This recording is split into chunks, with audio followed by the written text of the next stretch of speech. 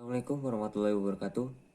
Saya Alfi Labriansyah, NPM 2074401, kelas TPI 1A. Di sini saya akan menjelaskan mengenai tugas UAP dengan mata kuliah Fisika Kimia Perairan. Pertama yaitu parameter fisika, meliputi suhu, adalah besaran yang menyatakan derajat panas atau dingin. Alat ukur termometer, penggunaannya celupkan termometer ke dalam air, tunggu 1-5 menit dan lihat air rafsa yang menjadi indikator suhu.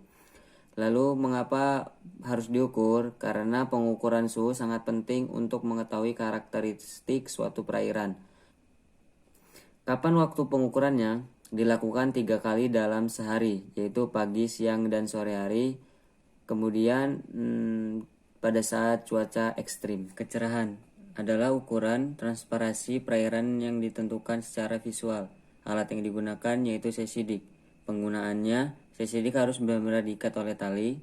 Turunkan sesidik ke dalam air, kemudian perlahan-lahan meningkatkan dis sampai terlihat kembali. Mengapa harus diukur? Karena ingin mengetahui kecerahan pada perairan tersebut apakah cocok dengan komoditas yang ada pada perairannya. Lalu kapan harus diukur? Berdasarkan waktu, yaitu mingguan, bulanan, atau pada saat cuaca ekstrim. Warna terdapat dua bagian. Yang pertama, true color, yaitu warna yang hanya disebabkan oleh bahan-bahan yang terlarut. Yang kedua, apparent color, yaitu warna yang tidak hanya disebabkan oleh bahan-bahan terlarut tetapi juga oleh bahan tersuspensi. Alat yang digunakan yaitu kalorimeter. Penggunaannya yaitu air dimasukkan ke dalam gelas piala, kemudian dimasukkan ke dalam leuvat, lalu dibaca pada alat tersebut. Mengapa perlu dipahami? Karena setiap komoditas ikan dalam perairan memiliki indikator kualitas warna air yang berbeda. Lalu, kapan perlu diukur? Untuk mengetahui waktunya sesuai dengan keinginan masing-masing. Kedua, yaitu parameter kimia, meliputi DO atau ppm, adalah jumlah oksigen yang terlarut dalam air. Alatnya yaitu deometer. Penggunaannya mencelupkan pen pada deometer ke dalam air, maka otomatis nilai oksigen terlarut akan terlihat. Mengapa harus diukur? Karena ingin mengetahui nilai oksigen yang terlarut dalam air tersebut apakah berlebihan atau tidak. Lalu kapan harus diukur? Itu keinginan masing-masing. pH adalah derajat keasaman atau kebasahan suatu perairan. Alat digitalnya yaitu pH meter. Cara penggunaannya, ambil sampel air, nyalakan pH meter, lalu masukkan pH meter ke dalam air, kemudian hasil akan terlihat di display digital. Mengapa harus diukur? Karena ingin mengetahui asam atau basa suatu zat dalam ekosistem perairan. Lalu kapan waktunya? Waktunya pagi, siang, sore, bulanan, atau saat cuaca ekstrim. Salinitas adalah tingkat suatu kadar garam pada perairan. Alatnya refraktometer. Cara penggunaannya, ambil sampel air dengan menggunakan pipet tetes, kemudian letakkan cairan tersebut di permukaan prisma. Setelah itu lihat pada ujung refraktometer akan terlihat salinitasnya. Mengapa perlu diukur? Karena ingin mengetahui kadar garam apakah cocok pada komoditas yang ada di perairan tersebut. Mengenai waktu, pada saat ingin mengetahui salinitasnya saja. 3 yaitu parameter biologi, meliputi plankton, adalah mikroorganisme yang ditemui hidup melayang di perairan. Alatnya planktonet dan mikroskop. Penggunaannya yaitu planktonet suatu perairan dimasukkan secara horizontal, lalu ambil sampel tersebut untuk mengidentifikasi dan melihat jenis plankton apa.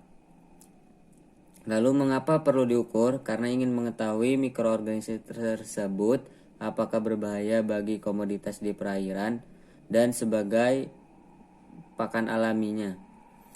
Lalu kapan waktunya?